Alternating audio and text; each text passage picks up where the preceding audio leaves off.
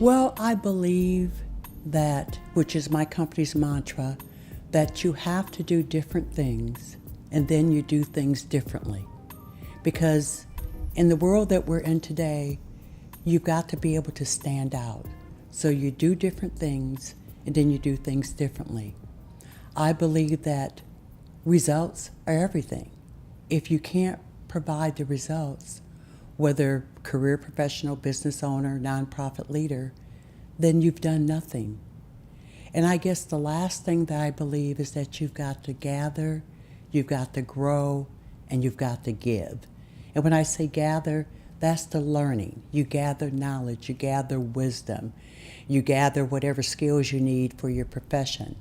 And then you grow into that. And then once you grow and become the fullness of you, you've always got to give back.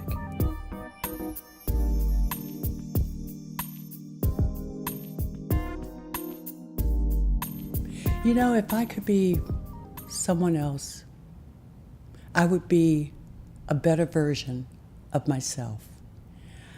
I think that we all want to be someone else, but we all have to live with who we are. And if I could be someone else, it would be the fullest potential, the fullest version of who I can be. It would be me magnified or amplified.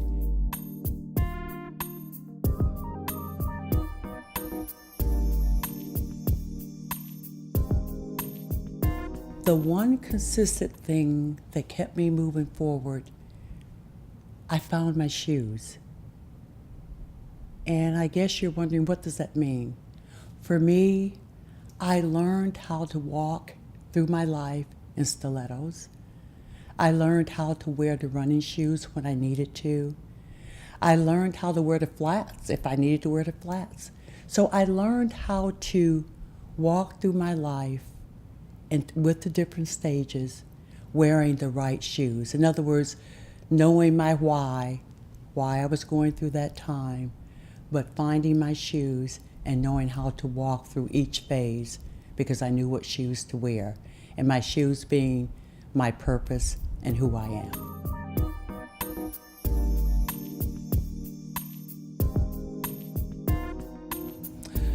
I've become that woman that I know how to wear accessories. Not the physical accessories that I have on, but the accessories of life. And what do I call those accessories? I know how to wear my intention because I set those every day. I know how to wear clarity, commitment, consistency, and momentum. I call them my fashion accessories. So every day I put those accessories on. So that's how I know who I become. I know how to wear the right accessories for every day of my life.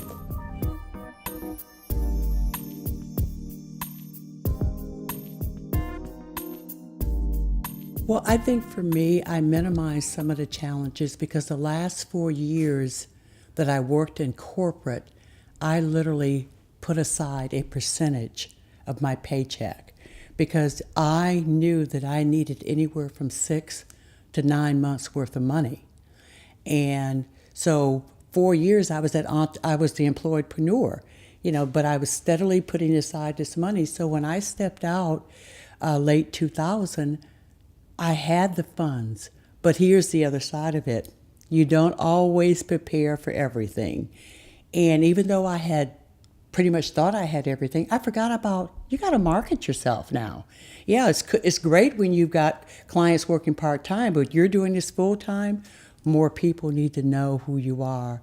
So I think that you need to prepare financially, and you need to prepare for more than what you think you need. I had about 6.5 months, maybe 7 months, and I wish now that I would have had a year. I think that I wouldn't have had to have worked so hard to get the business. Even though I had built a business, it's very different when all of a sudden all your bills have got to come out of this business versus coming out of your corporate monies.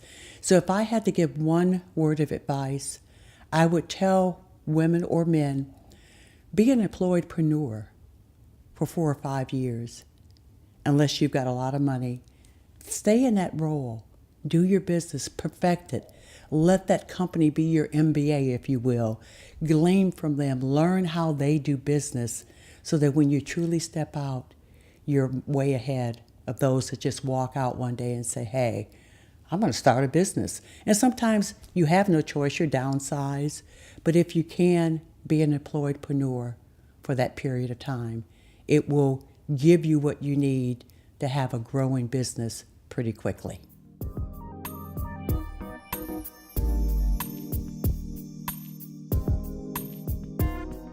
You do have to learn how to work on your own, and that can be challenging because you're so used to, especially coming out of corporate America, there's so many people you can interact with. But when you become that business owner and you're working from a home office, or maybe you have a small office in an office building, you've got to reach out more because the connections are not sitting in the next cubicle or the next office. So you have to find places where people of like mind, they're there. And one of the things I think that I did early years that I wouldn't do again, I went to places where I felt comfortable.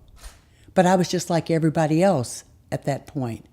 I needed to have stretched myself and go to where I wasn't comfortable. Because if you're the smartest person in the room, then you're in the wrong room. So for me, if you're going to go out, you don't have that support from the cubicles or from the offices, you go to those events, but you go to the events where you've got the stretch, where you're not the smartest tool in the box, where you've got to say, hey, I'm here to learn, and wow, this is a new world, and I'm ready to step into it.